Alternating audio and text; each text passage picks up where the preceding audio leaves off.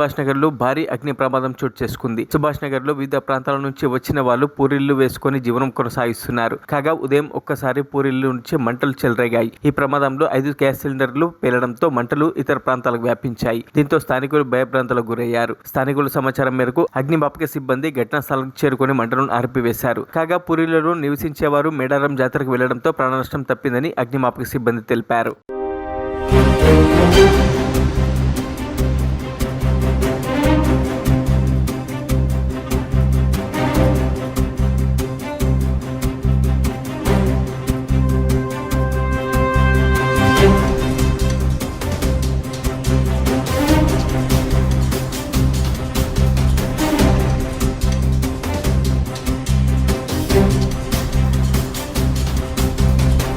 మరిన్ని అప్డేట్స్ కోసం మా ఛానల్ని సబ్స్క్రైబ్ చేయండి.